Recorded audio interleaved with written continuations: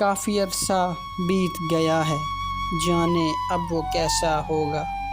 वक्त की सारी कड़वी बातें चुपके चुपके सहता होगा। अब भी भीगी बारिश में वो बिन छतरी के चलता होगा। मुझसे बिछड़े अरसा बीता, अब वो किससे लड़ता होगा। अच्छा था जो साथ ही रहते, बाद में उसने सोचा होगा। अच्छा था जो साथ ही रहते, बाद में उसने सोचा होगा। अपने दिल की सारी बातें खुद से खुद ही करता होगा।